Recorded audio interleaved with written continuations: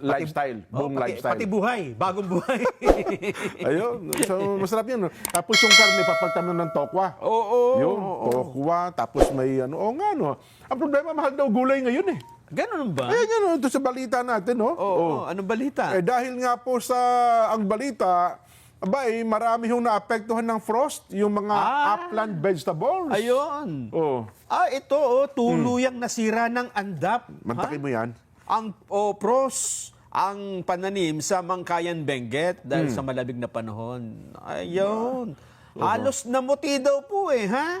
At nanigas sa mga repolyo. Nako. Sayang, Pati patatas. Oh, kita mo na. Diba yung patatas na sa ilalim ng lupa ito? Oh, pero kapag lumulutang siya ng konti, nabubulok yan. Kumbaga sa kamote, nagkakaroon ng ulalo. Di ba? Meron kasi na ilang magsasaka ang nakakagamit ng sprayer Oo, para matunaw yung yelo. Pero hindi lahat ha? Oo Tsaka magastos yan kung mag-sprayer ka.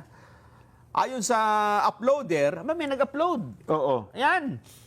Asahan na maapektuhan ng kalidad at dami ng ani at lugi na daw Ang lawak ha, oo. ang mga farmer. Yelong-yelo talaga dyan pala. Ano yun? Maliliit na yun? Kanina? Chinese kangkong? Ito, repolyo to, di ba? Oo. Ayan, Grabe nga yung yelo. Kung wala kang sprinkler dyan, hindi mo maalis yan. Tsaka ito. Benguet, andyan yung hagdan-hagdang... Oo, alam mo yung yelo, nakakasunog din yan no? Yung sobrang lamig niya. Na-overcook, no? Oo. So, yan ang Matindi pala. sitwasyon. Ayan. Ano bang ano yan? Maliliit ang tangkay eh.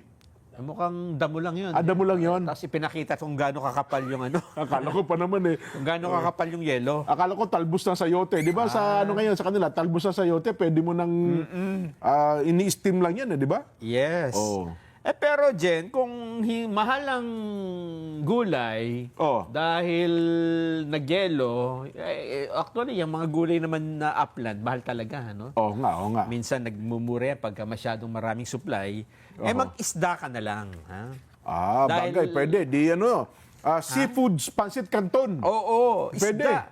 Dahil alam mo ba, santambak na isda po, eto hindi na hinuli dyan ha? Yung mga isda, umakyat mismo dun pumunta sa mga tao. Sa Pampang, sa Dalampasigan. Opo. At ito ang isdang paborito ni Ninyan. Mahaba Oo, espada yan naku, paborito ko yan. Espada. Oo. Yan po ay sa bayan ng Caramoan, Camarines Sur.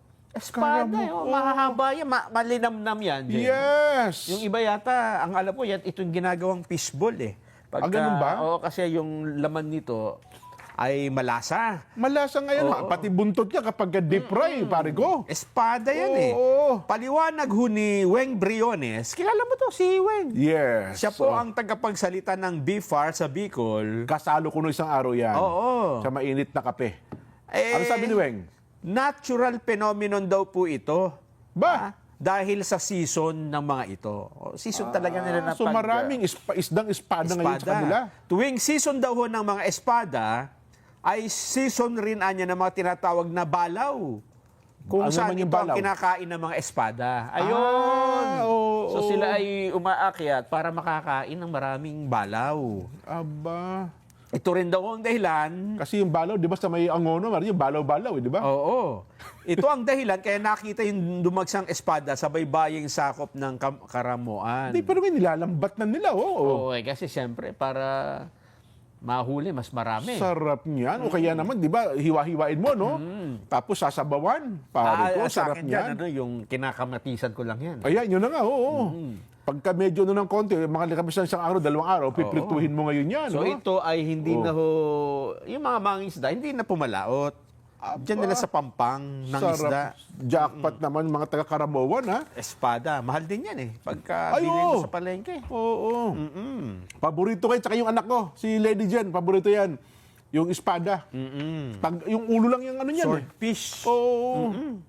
Nako, pati buntot niya, yung dulo, hindi mo na puputulin yan. Basta Hindi na. i-deep fry mo, lutong yan eh. Oo, yung iba naman ay parang pinapaksiw, ano? Tapos meron pa yan, yung maliliit lang, yung halos ang dangkal. Oo. Idadaing mo, Nelson. Yes. Ibibilad mo ilang araw, tapos i-deep fry mo. Nako, para kang kumakain ng chicharon. Sarap, pare ko. Mm. Tapos sasabay mo na mahigop ka ng yung sabaw ng yung sotanghon, no? Aha. Yan ang sinasabi ko. Swerte nyo naman, mga taga-Karamuan. Padala naman kayo dito sa amin. Di ba? Oho. Nako. Yan ang sinasabi natin. Sana ay minsan-minsan may mga ganyan, mga biyaya na dumarating sa buhay natin. Yun. Hindi mo akalain. Pero sa dami ng tao nandyan, lahat kayo nagkaroon sila. Oo. Hati-hati na, no? Basta nakihawa ka sa lambat na yan. Ngayon sa probinsya, hawak ka lang ng lambat eh. May kaparte ka Mababaginan ka na dyan. Oo. Oho. Ayun. Salamat po. Sarap niyan. Ano ha?